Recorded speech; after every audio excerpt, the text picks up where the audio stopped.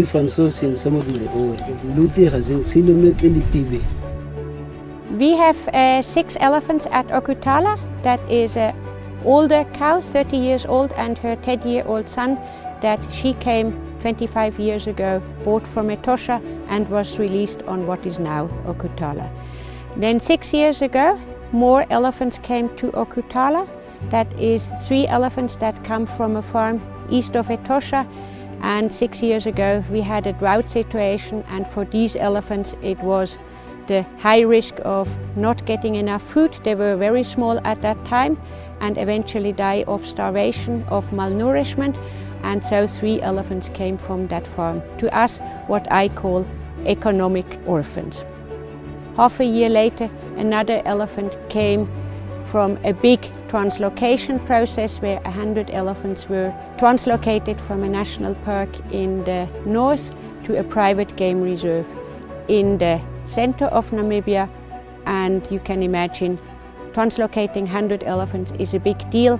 The capture teams did their best not to separate families, but in one go, unfortunately, mother-daughter was separated. The daughter came to the new place, and that is the youngest one that is now released, came to us.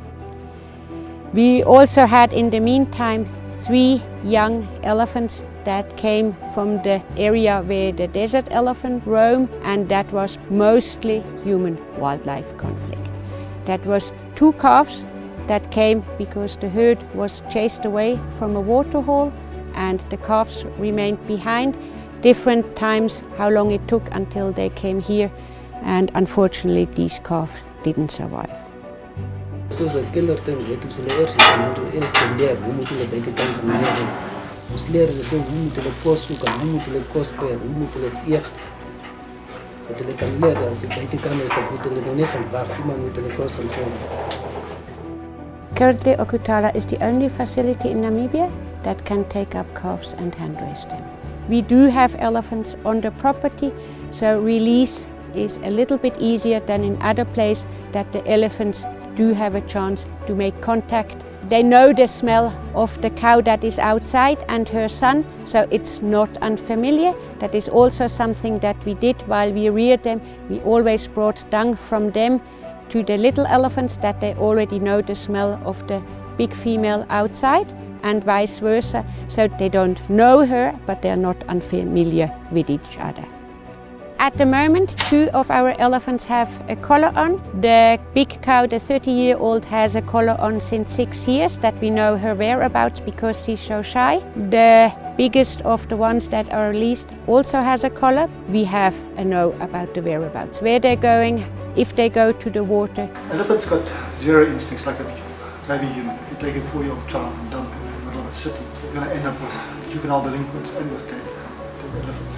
Because they never learned manners, they never got taught stuff by the matriarch, what to do, what not to do. Big bulls not there. Mainly because the scientists didn't really realize what they were doing with these translocations. So Okutala had a situation where they inherited some orphans and kept them, and luckily also kept them in a very healthy and a good state. Walked them quite regularly out into the field. They got used to foraging on their own. Although they didn't have a matriarch, the staff basically acted as matriarchs and got them to this point. To try and release them earlier into the wild would be a mistake because they still haven't learned enough. But there's a good balance between the eldest at probably maybe 10 years old and the youngest maybe about 6 or so. That they're already forming a mini herd. So basically I just got asked to help and to just give some advice on releasing them. That is not just a question of opening the gates and letting them out. They would be terrified, they don't know where to find water, etc. etc. 6 jaar stap ek nou lang met die olifante. En dis vir jou 'n goeie dag. Dit is dan 'n goeie dag om hulle uit te help, te laat hulle kan beter kan survive. So yeah, I mean basically the worst did happen. They came up quite calmly. It was all fine. We were planning to walk them to a specific waterhole on the other side of the farm where there's out of harm's way and out of the way of people, and let them then settle down till the female find them. But it didn't work out as planned. As all things we're dealing with animals and children, they spooked at something. The youngsters spooked and they started running. So basically within the first hour we lost them completely, and they ran to a far corner of the farm. Now the biggest danger is basically if they could break out a fence into a neighbour's farm and maybe get shot there, whatever the case would be. But it took us a couple of days of tracking and going out and with the telemetry and with the GPS tracking devices and to try to locate them, and a few attempts at them trying to walk them to the closest waterhole. But it was very obvious, luring them with acacia seed pods and what have you that they used to get as snacks, that these elephants made up their minds they now want to be wild. This is not our story anymore, this is not a human story anymore, this is now about them. They would follow us for a little bit, walk behind me, eat some pods and then just turn around and say, sorry, I'm not going with you.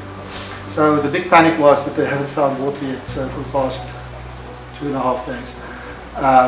So this morning we located it again. Myself and Jacob and Caleb went out and we started to slowly herd them all the way.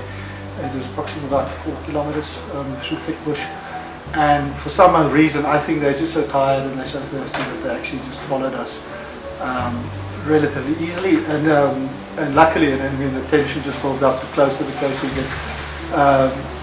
Monica and them were actually, and Peter were actually at the dam splashing water up into the air, onto the trees, just to get a bigger water footprint in the air so that they can smell it. And we could see from about 2 kilometers out, they started smelling the water and actually heading in this direction.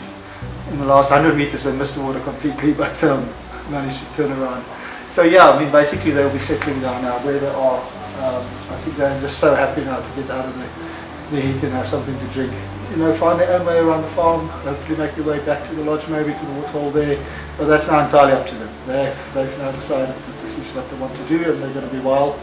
And it's all very good because I don't think there should be any human interference. I mean, people that still think animals like these should be kept in cages, it is really wrong and it's bad for them. For their psyche and who they are. These elephants have now got a chance to be elephants again, and that's the most important achievement that we can have. So yeah, good luck to them. They've got 24,000 hectares to play around on, and we'll catch up with them again when they're a little bit bigger and see if they still recognize us.